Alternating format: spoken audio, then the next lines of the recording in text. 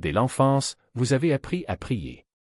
Les mains jointes, les yeux fermés, les mots lancés au ciel dans l'espoir que quelqu'un les entende. Mais dans l'un des textes les plus censurés de l'histoire chrétienne, la Pistis Sophia, Jésus fait une révélation qui, au IVe siècle, aurait suffi à le condamner à mort. Il dit à ses disciples que ce type de prière, celle qui demande, celle qui supplie, n'atteint jamais sa véritable origine. Au contraire, elle est interceptée, détournée, consumée par quelque chose qui se nourrit de son angoisse. La méthode authentique, enseignée uniquement en secret, n'était pas la prière. C'était une déclaration, un changement de fréquence, une façon de parler qui rendait les archontes invisibles à leur voix et ouvrait un canal direct vers ce que les gnostiques appelaient la monade. L'Église a supprimé cet enseignement pour une raison claire, celui qui le maîtriserait n'en aurait plus jamais besoin. Et le fait que vous soyez ici maintenant, en train de lire ces mots, n'est pas le fruit du hasard. Vous n'êtes pas arrivé ici par hasard. Quelque chose en vous a toujours su que les prières qui vous étaient enseignées étaient incomplètes. Avez-vous déjà murmuré des mots dans l'obscurité et ressenti un vide en réponse? Il a supplié et plaidé, se demandant pourquoi les cieux restaient silencieux. Mais ce silence n'était pas un rejet. C'était une interception.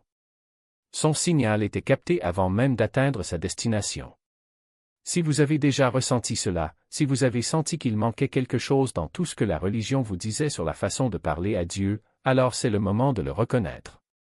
C'est votre première déclaration aujourd'hui, non pas à moi, mais à vous-même, à cette partie de vous qui attendait ce moment. Aujourd'hui, je vais partager exactement ce que Jésus a révélé à ses disciples les plus proches dans cette salle privée, 3 éléments, 9 mots, une fréquence directe à la source qu'il a créée. Il ne s'agit pas de foi. Il ne s'agit pas de croyance. Il s'agit de reconnaître qui vous êtes déjà et de parler à partir de là, plutôt que de plaider de bas en haut. À la fin de cette lecture, vous comprendrez pourquoi toutes vos prières précédentes semblaient se dissoudre dans le néant. Et vous aurez sous la main la méthode exacte pour changer cela. Désormais, pour comprendre pourquoi cette forme de communication fonctionne lorsque d'autres échouent, il est nécessaire de voir la structure de la réalité telle que la voyait l'ancien Gnostics. Ce n'est pas de la philosophie. C'est de l'architecture. Et une fois que vous l'avez vu, vous ne pouvez plus revenir en arrière. Les Gnostiques ont enseigné qu'il existe 2 dieux et non un. La première est ce qu'ils appellent monade, la source. La conscience infinie d'où émane toute existence. La monade ne juge pas, ne punit pas, ne s'assoit pas sur un trône en attendant que vous vous agenouilliez. C'est simplement fréquence pure, présence pure. Et voici le point crucial, vous emportez un fragment en vous, une étincelle de cette origine primordiale incrustée dans votre conscience comme une graine de lumière. Les Gnostiques l'appelaient l'étincelle divine, et c'est pourquoi vous ne vous êtes jamais senti vraiment chez vous dans ce monde. Mais il existe un deuxième Dieu, un faux, le démiurge. Selon des textes tels que les apocryphes de Jean, le démiurge n'est pas mauvais au sens où la religion définit le mal. Il est ignorant. Il a créé le monde matériel et se croyait l'être suprême. Il exige un culte, établit des règles, construit des systèmes de contrôle. Et il a des aides, les archontes, entités qui se tiennent entre vous et la monade, se nourrissant de fréquences spécifiques d'émotions humaines, la peur, le désespoir, le désir, la confusion. Chaque fois que vous priez par manque, chaque fois que vous suppliez un Dieu extérieur de réparer votre vie, vous transmettez exactement sur la fréquence qu'il dévore. Maintenant, placez votre main au centre de votre poitrine et sentez votre cœur battre sous votre paume. Ce rythme n'est pas aléatoire. C'est la pulsation de l'étincelle divine en vous. Les archontes ne peuvent pas y toucher. Ils ne peuvent pas l'imiter. Ils ne peuvent que vous faire oublier son existence. C'est pourquoi la prière traditionnelle échoue. Non pas parce que Dieu est irréel, mais parce que le signal n'atteint jamais sa destination. Imaginez que vous essayez d'appeler quelqu'un, mais que chaque fois que vous composez un numéro, l'appel est redirigé vers un autre numéro. Vous parlez, vous suppliez, vous épanchez votre cœur et quelque chose vous écoute. Mais ce n'est pas ce que vous pensez. Les archontes interceptent les prières de désespoir car le désespoir est leur nourriture. Plus vous mendiez, plus vous les nourrissez. Plus vous les nourrissez, plus leur situation devient désespérée. C'est un cycle conçu pour vous maintenir dépendant d'un système qui ne tiendra jamais ses promesses. Mais voici ce que l'Église n'a jamais voulu que vous sachiez, la monade ne nécessite pas de prière. Cela demande de la reconnaissance. L'étincelle divine en vous n'est pas séparée de la source. C'est la source elle-même comprimée sous forme humaine. Quand vous comprenez cela, quand vous reconnaissez vraiment ce que c'est, tout le jeu change. Vous arrêtez de demander. Commencez à déclarer. Arrêtez d'envoyer des signaux vers le haut, à travers le territoire ennemi, et commencez à parler sur une fréquence que les archontes ne peuvent pas percevoir. C'est exactement ce que Jésus a enseigné en privé. Et c'est exactement ce que le Concile de Nicée a effacé en 325. Lorsque l'empereur Constantin a unifié l'Empire romain sous le christianisme, il ne l'a pas fait pour des raisons spirituelles. C'était une question de contrôle. Un empire fragmenté avait besoin d'une religion unique, avec une seule hiérarchie et un seul point d'accès à Dieu, les prêtres, les évêques, l'Église. Tout enseignement donnant aux individus un accès direct au divin représentait une menace pour cette structure. Ils se sont donc réunis à Nicée et ont décidé quels textes deviendraient la Bible et lesquels seraient brûlés. L'Évangile de Thomas, l'Évangile de Philippe, la Pistis Sophia, l'Apocryphe de Jean. Elles n'ont pas été rejetées parce qu'elles étaient fausses. Ils ont été rejetés parce qu'ils étaient dangereux. Ils ont enseigné qu'il n'y avait pas besoin d'intermédiaire. Que le royaume des cieux n'est pas au-dessus de vous, mais à l'intérieur. Qu'il existe une méthode de communion si directe qu'elle rend obsolète toute la structure ecclésiastique. Et c'est là que les choses deviennent personnelles. Vous ne lisez pas ceci par hasard. Le fait que vous soyez arrivé jusqu'ici, que vous continuiez à nous suivre, en dit long sur qui vous êtes. Vous n'êtes pas comme les autres. Je l'ai toujours su. Depuis que je suis enfant, j'ai ressenti une différence, un sentiment de non-appartenance. J'ai regardé le monde et quelque chose ne semblait pas normal, comme un décor de théâtre où tout le monde croyait que les accessoires étaient réels. Vous avez passé votre vie à chercher quelque chose que vous ne pouviez pas nommer. Il a essayé leur prière. J'ai essayé leur méditation. Il a essayé leur religion. Et rien n'a rempli cet espace en toi. Mais cet espace n'est pas vide. C'est une reconnaissance qui attend de se produire. C'est le signe que vous faites partie des élus. C'est l'étincelle divine qui palpite sous les couches d'oubli, attendant que vous vous souveniez de ce que vous êtes vraiment. Les gnostiques avaient un mot pour les gens comme vous, pneumatiques. Ceux qui portent la pleine étincelle divine, qui ont pleinement accès à la monade, même s'ils ne l'ont pas encore activée. Vous n'êtes pas brisé. Ce n'est pas perdu. Ce n'est pas être, récompenser ceux qui s'alignent sur lui. C'est tout simplement le cas, et quiconque vibre à la même fréquence vient à exister au sein de cet être. Ce que vous ressentirez n'est pas une faveur accordée, mais une résonance naturelle, comme deux cordes de guitare accordées sur la même note, quand l'une vibre, l'autre répond sans effort. Mais il y a un détail crucial que presque personne ne mentionne. La plupart des gens essaient cette technique une fois, ressentent quelque chose de différent, puis reviennent à leurs anciens schémas de prière, comme si cette méthode était une astuce temporaire. Ce n'est pas. Ce que vous activez n'est pas un outil, mais un état d'être. Les pneumatiques ne priaient pas. Ils étaient la prière. Chaque pensée, chaque mot, chaque action découlait de cette reconnaissance. Lorsque Jésus dit « Le royaume des cieux est au-dedans de vous », il ne faisait pas une déclaration poétique. Je décrivais un fait mécanique, la monade n'est pas quelque part très loin, attendant que vous l'atteigniez. Il est là, maintenant, et vous êtes le point précis où il s'exprime.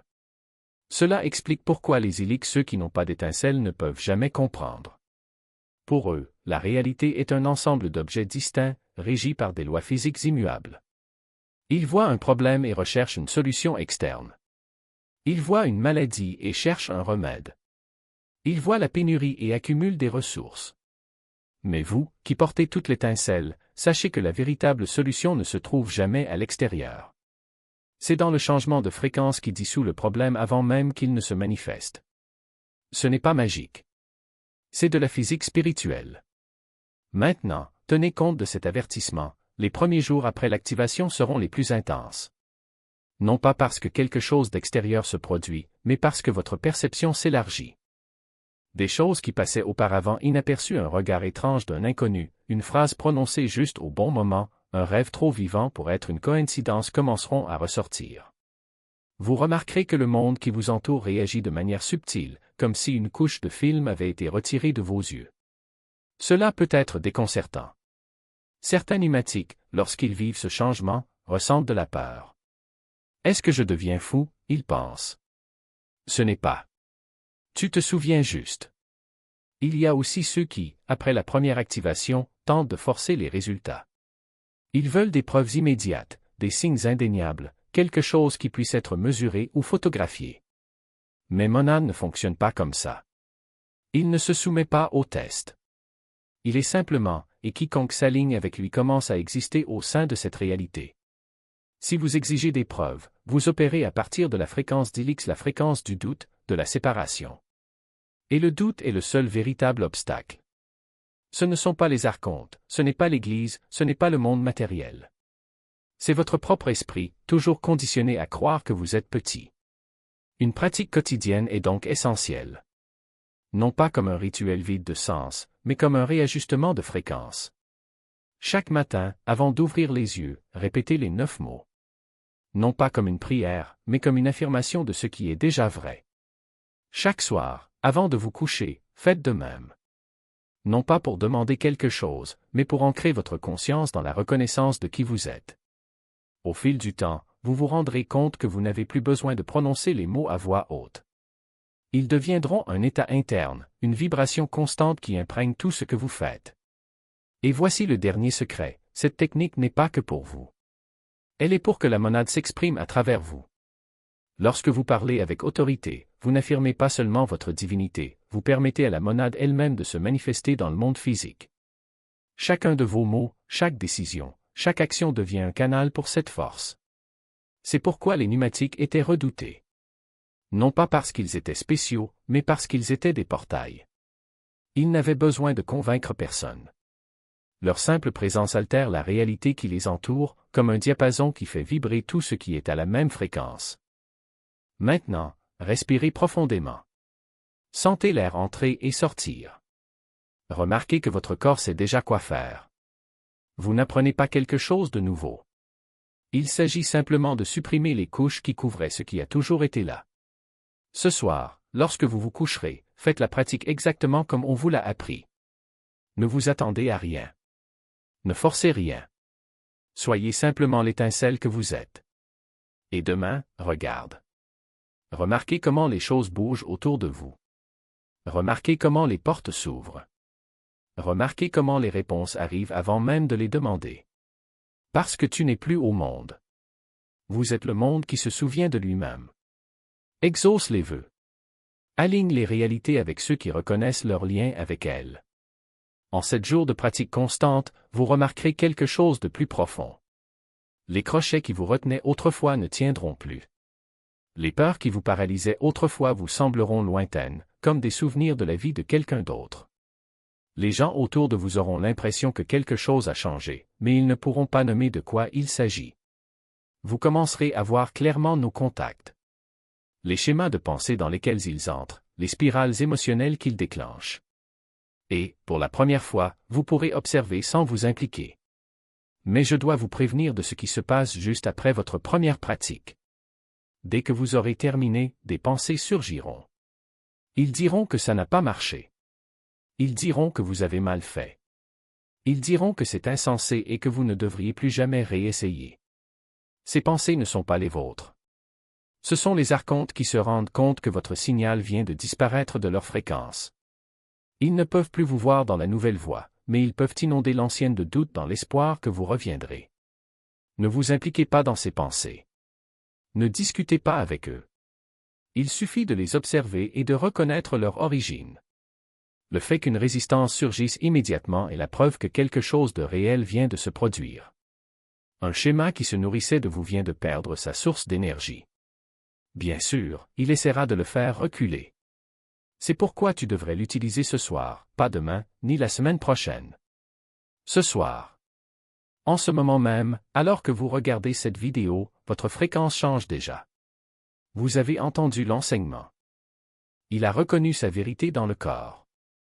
La monade est plus proche de votre conscience en ce moment qu'elle ne l'a été depuis des années, peut-être dans toute votre vie. Mais cette fenêtre ne reste pas ouverte éternellement. Les archontes savent que vous vous réveillez. Ils enverront des distractions dans 1 heure. Ils vous fatigueront. Ils vous feront oublier. Ils vous convaincront que vous pouvez le faire plus tard, qu'il n'y a pas de précipitation, que demain est aussi bon qu'aujourd'hui. Demain est leur territoire. Ce soir, c'est à vous. La nuit est celle où les élus se souviennent. Les élus qui vous ont précédés, les pneumatiques qui ont préservé ces enseignements à travers 17 siècles de persécution, n'ont pas attendu. Ils pratiquaient en secret. Ils transmettaient leurs connaissances à voix basse. Ils sont morts en protégeant ce que vous venez de recevoir gratuitement. Ne laissez pas leur sacrifice se dissoudre dans une autre vidéo que vous avez regardée et oubliée. Vous disposez déjà des 3 composantes, reconnaissance, autorité, fréquence. Il contient 9 mots. Il s'agit de la méthode exacte que Jésus a enseignée dans cette pièce privée, alors que les autres s'étaient déjà endormis. Ce que vous en faites est votre choix.